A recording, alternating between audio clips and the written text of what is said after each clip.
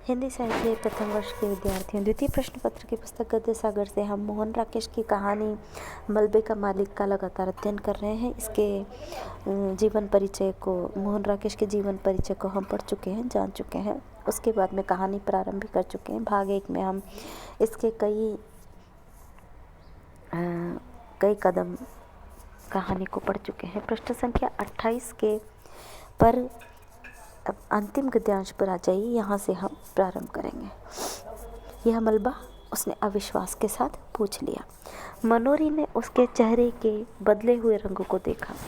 उसकी बाह को थोड़ा और सहारा देकर जड़ से स्वर में उत्तर दिया, तुम्हारा मकान तो उन्हीं दिनों जल गया था। गनी छड़ी के सहारे चलता हुआ किसी तरह मलबे के पास पहुंच गया। मलबे में अब मिट्टी ही मिट्टी थी, जिसमें से जहां तहां टूटी और जली हुई ईंटें बाहर झांक रही थी। लोहे और लकड़ी का सामान उसमें से कब का निकाला जा चुका था। केवल एक जले हुए दरवाजे का चौखट न जाने कैसे बचा रह गया था।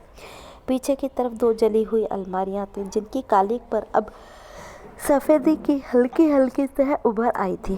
उस मलबे को पास से देखकर गनी ने कहा, यह बाकी रह गया है यह, और उसके घुटने जैसे जवाब दे गए। वो वहीं जले हुए चौखट को पकड़कर बैठ गया। क्षण भर बाद उसका सिर भी चौखट से जा सटा और उसके मुंह से बिलखने की आवाज़ निकली। हाय ओए चिराग दीना। जले हुए किवाड़ का वह चौखट मलबे में से सिर निकाले 7.5 साल खड़ा तो रहा था, पर उसकी लकड़ी भुरभुराई हुई थी। गनी के सिर से छूने से उसके रेशे झड़कर आसपास बिखर गए थे।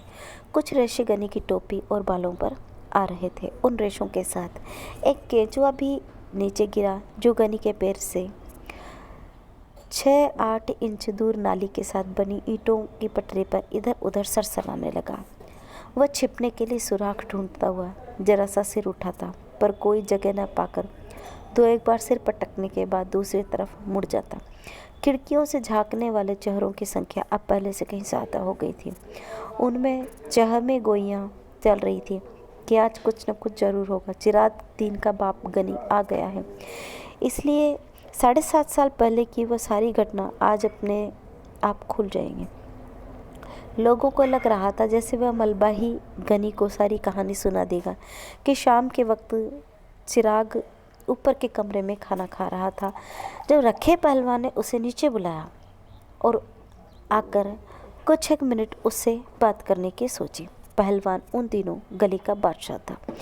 वहाँ के हिंदुओं पर उसका काफ़ी दबदबा था। चिराग तो खैर मुसलमान था।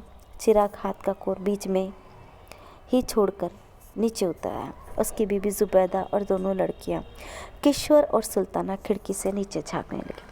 चिराग ने जोड़ी के बाहर कदम रखा ही था कि पहलवान ने उसे कमीज के कॉलर पकड़कर अपनी तरफ खींच लिया और गली में गिराकर उसकी छाती पर बैठ गया। चिराग उसका छुरे वाला हाथ पकड़कर चिल्लाया, रखे पहलवान, मुझे मत मार, हाय कोई मुझे बचाओ। ऊपर से जुबैदा, किशोर, सुल्ताना भी हताश सुर में चिल्लाती और चीखती हुई ड्योढ़ी की तरफ नीचे दौड़ी। रखे के एक शागिर्द ने चिराग की जद्दोजहद करती बाहें पकड़ ली और रखा उसकी जांघों को अपने घुटनों से दबाए हुए बोला, चीखता क्यों है रे भेड़ के, मैं तुझे पाकिस्तान दे रहा हूँ, ले पाकिस्तान।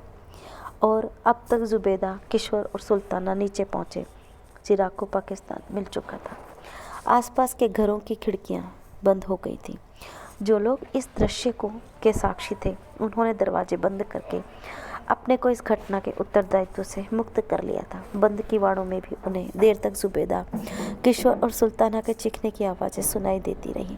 रखे पहलवान और उसके साथियों ने भी उसी रात पाकिस्तान दे दिया, मगर दूसरे तब्दील रास्ते से। उसकी लाशें चिराग के घर में न मिलकर बाद में नहर में पाई गई। 2 दिन चिराग के घर की छानबीन होती रही। जब उसका सारा सामान लूटा जा चुका तो न जाने किसने उसके घर को आग लगा दी। रखे पहलवान ने तब कसम खाई थी कि वह आग लगाने वाले को जिंदा जमीन में गाड़ देगा, क्योंकि उस मकान पर नज़र रखकर ही उसने चिराग को मारने का निश्चय किया था। उसने उस मकान को शुद्ध करने के लिए हवन सामग्री भी ला रखी थी, मगर आग लगाने वाले का तब से आज तक पता नहीं चल सका। अब 7.5 साल से रखा उस मलबे को अपनी जायदाद समझता चला आ रहा है, जहाँ न वह किसी को गाय भैंस बांधने देता था और न ही खोमचा लगाने देता था। उस मलबे से बिना उसकी इजाज़त के कोई एक ईंट भी निकाल नहीं सकता था। लोग आशा कर रहे थे कि सारी कहानी ज़रूर किसी न किसी तरह गनी तक पहुंच जाएगी। जैसे मलबे को देखकर उससे सारी घटना का पता चल जाएगा। और गनी मलबे की मिट्टी को नाखून से खोद खोद कर अपने ऊपर डाल रहा था। दरवाजे की चौखट को बाह में लिए हुए रो रहा था। बोल चिराग दीना बोल, तू कहाँ चला गया? ओए ओ किश्वर और सुल्ताना, हाय मेरे बच्चे, ओए गनी को पीछे क्यों छोड़ दिया? ओए। पृष्ठ संख्या 81 तक हम पढ़ चुके हैं। पृष्ठ संख्या 82 पर आप सभी आ जाइए।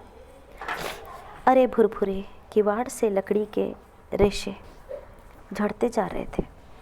पीपल के नीचे सोए रखे पहलवान को जाने किसने जगा दिया, या वह खुद ही जाग गया, यह जानकर कि पाकिस्तान से अब्दुल गनी आया है और अपने मकान के मलबे पर बैठा है। उसके गले में थोड़ा झाग उठाया जिससे उसे खांसी आ गई। उसने कुएं के फर्श पर थूक दिया। मलबे की तरफ देखकर उसकी छाती धोंकनी सी आवाज़ निकली और उसका निचला होठ थोड़ा बाहर को फैलाया। गनी अपने मलबे पर बैठा है। उसके शागिर्द लच्छे पहलवान ने उसके पास आकर बैठते हुए कहा, मलबा उसका कैसे है? मलबा हमारा है, पहलवान ने झाग से घकराई आवाज़ में कहा, मगर वह बैठा रहा। लच्छे ने आंखों में एक रहस्यमय संकेत लाकर कहा, बैठा है, बैठा रहे, तू चिलम ला। रखे की टांगें थोड़ी फैल गई और उसने अपनी नंगी जांघों पर हाथ फेर लिया। मनोरी ने अगर उसे कुछ बता दिया तो लच्छे ने चिलम भरने के लिए उठते हुए उसी रहस्यपूर्ण ढंग से कहा, मनोरी की क्या शामत आई है? लच्छा चला गया। कुएं पर पीपल की कई पुरानी पत्तियां बिखरी थी। रखा उन पत्तियों को उठा कर अपने हाथों से मसलता रहा। जब लच्छे ने चिलम के नीचे कपड़ा लगाकर चिलम उसके साथ में दी तो उसने कश खींचते हुए पूछा, और तो किसी से गनी की बात नहीं हुई? नहीं। ले। और उसने खांसते हुए चिलम लच्छे के हाथ में दे दी। मनोरी गनी की बाह पकड़े मलबे की तरफ से आ रहा था। लच्छा उकड़ू होकर चिलम के लंबे लंबे कश खींचने लगा। उसकी आंखें आधा क्षण रखे के चेहरे पर टिकती और आधा क्षण गनी की तरफ लगी रहती। मनोरी गनी की बाह थामे उससे एक कदम आगे चल रहा था, जैसे उसकी कोशिश हो कि गनी कुएं के पास के बिना रखे को देखने ही निकल जाए। मगर रखा जिस तरह बिखर कर बैठा था, उसने गनी से उसे दूर ही देख लिया। कुएं के पास पहुंचते ना पहुंचते उसकी दोनों बाहें फैल गई और उसने कहा, रखे पहलवान। रखे ने गर्दन उठाकर आंखें जरा छोटी करके उसे देखा। उसके गले में अस्पष्ट सी घरघराहट हुई है, पर वह बोला नहीं। रखे पहलवान, मुझे पहचाना नहीं? गनी ने बाह नीची करके कहा, मैं गनी हूँ, अब्दुल गनी, चिराग दीन का बाप। पहलवान ने ऊपर से नीचे तक उसका जायजा किया। अब्दुल गनी की आंखों में उसे देखकर एक चमक सी आ गई। सफ़ेद दाढ़ी के नीचे उसके चेहरे की झुर्रियाँ भी कुछ फैल गई थी। रखे का निचला होठ फड़का। उसकी छाती से भारी सा स्वर निकला, सुना गनिया। गनी की बाहें फैली, फिर फैलने कोई, पर पहलवान पर कोई प्रतिक्रिया न देखकर उसी तरह रह गई। वह पीपल का सहारा लेकर कुएं की सिल पर बैठ गया। ऊपर खिड़कियों में चहम गोइयाँ तेज हो गई। अब दोनों आमने सामने हो गए तो बात जरूर खुलेगी। फिर हो सकता है दोनों में गाली गलौज भी हो। अब रखा गनी को हाथ नहीं लगा सकता। अब वे दिन नहीं रहे। बड़ा मलबे का मालिक बनता था। असल में मलबा न इसका है न गनी का। मलबा तो सरकार की मलकियत है। मरदूत किसी को वहाँ गाय का खुट्टा तक नहीं लगाने देता। मनोरी भी डरपोक है। इसने गनी को बता क्यों नहीं दिया कि रखे ने ही चिराग और उसकी बीवी को मारा है? रखा आदमी नहीं सांड है, दिन भर सांड की तरह गली में घूमता है। गनी बेचारा कितना दुबला हो गया, दाढ़ी के सारे बाल सफ़ेद हो गए।